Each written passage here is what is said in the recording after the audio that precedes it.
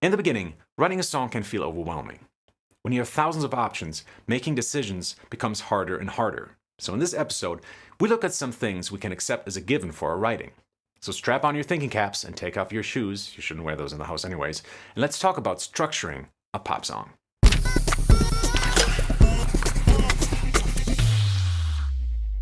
Welcome back to the Hit Song Architect, where we gather a deeper understanding of how pop songs work and how to write them. Let's start this episode off with a little quiz. What's the typical structure of a pop song? Is it A, intro, verse, pre-chorus, verse, pre-chorus, bridge, chorus?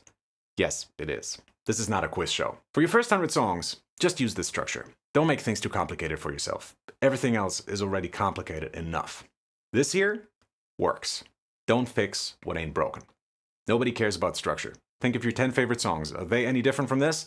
Probably not, so just stick with it for now. That's one last thing you'll have to worry about. Also, using this structure means you only need to write 3 different sections: verse, chorus, and bridge. The rest is merely repetition. So instead of having to write 3 minutes of original music, now you just have to write half of that. Next question: how long should each of these sections be? Believe it or not, there's a correct answer for this as well. Once you're comfortable writing songs, you can stray from these, but for now, here's your formula. Intro, 4 bars. Verse 1, 16 bars. Pre-chorus, 4 bars. Chorus 1, 8 bars. Verse 2, 8 bars. Pre-chorus, 4 bars. Chorus 2, 8 bars. Bridge, 8 bars. Chorus 3, 8 bars. So if you're already working in a DAW, making a template with markers for the different sections is a good way to start. I've included a session for Logic Pro X that you can download in the description for free. If you've already written some songs, I also like to recommend my book, The Addiction Formula, which shows you the formulas to build your own structures and to maximize their effectiveness through energy management. Let's talk about that in a simplified version for now. The overall message is make your choruses big and keep your verses small. The bigger the difference, the bigger the impact when the chorus hits. But what does big and small mean in this context? Well, for now, let's stick to 3 parameters, which will help you control your energy. These are the most important, but you'll find a list of over 300 more in the Addiction Formula. Before we get into it, one more thing, and this is something to put on a post-it. Put this in a place where you'll see it when you write. If you want your chorus to sound big, don't make it bigger, make what comes before it smaller.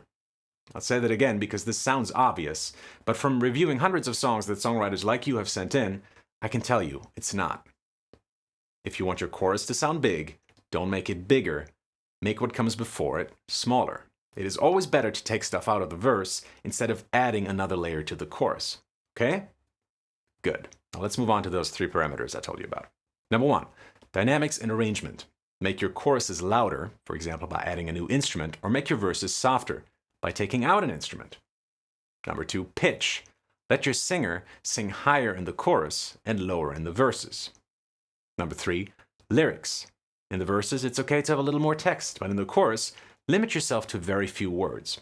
For now, try to use no more than 5 or 6 that perfectly summarize what your song is about. We'll talk much more about this in a future episode, but for now, this will do. Also, for a beginner, I always recommend to start writing for a rock band setup. Drums, bass, guitar/keyboards, and vocals. You don't have to record real instruments. You can also use samples or synthesizer versions of all of these. But this is a great instrumentation to start with because it limits you to 4 parts, and limitations are good. Even for a professional, it's infinitely harder to write just a handful of great parts than it is to write 50 parts that are so-so. It's easy to hide behind overwhelm. Instead, focus on the opposite. Think about it like designing the Apple logo. Very few elements, but those elements come together beautifully. Next question.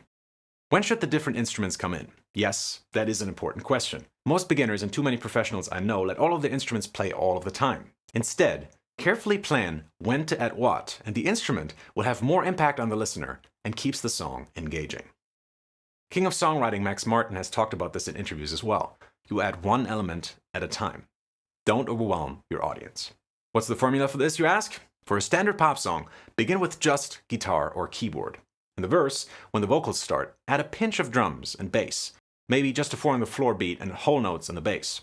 In the chorus, distort the guitar or use a bigger sound on the keyboard. Let the drums play on the crash and add a snare on 2 and 4. For the second verse, let the drums play on the hi-hat and snare, otherwise, go back to the arrangement of the first verse. Your second and third chorus will be like your first chorus, so all that remains is the bridge. Here, let the drums play on the ride and switch up the chord progression. We're going to go much deeper into all of this in future episodes, but for now, if you'd like to download 3 more arranging blueprints, you can do that right here. Thanks for tuning in. This is Freedom of Fantastic Songwriting. Keep writing and stay gefährlich.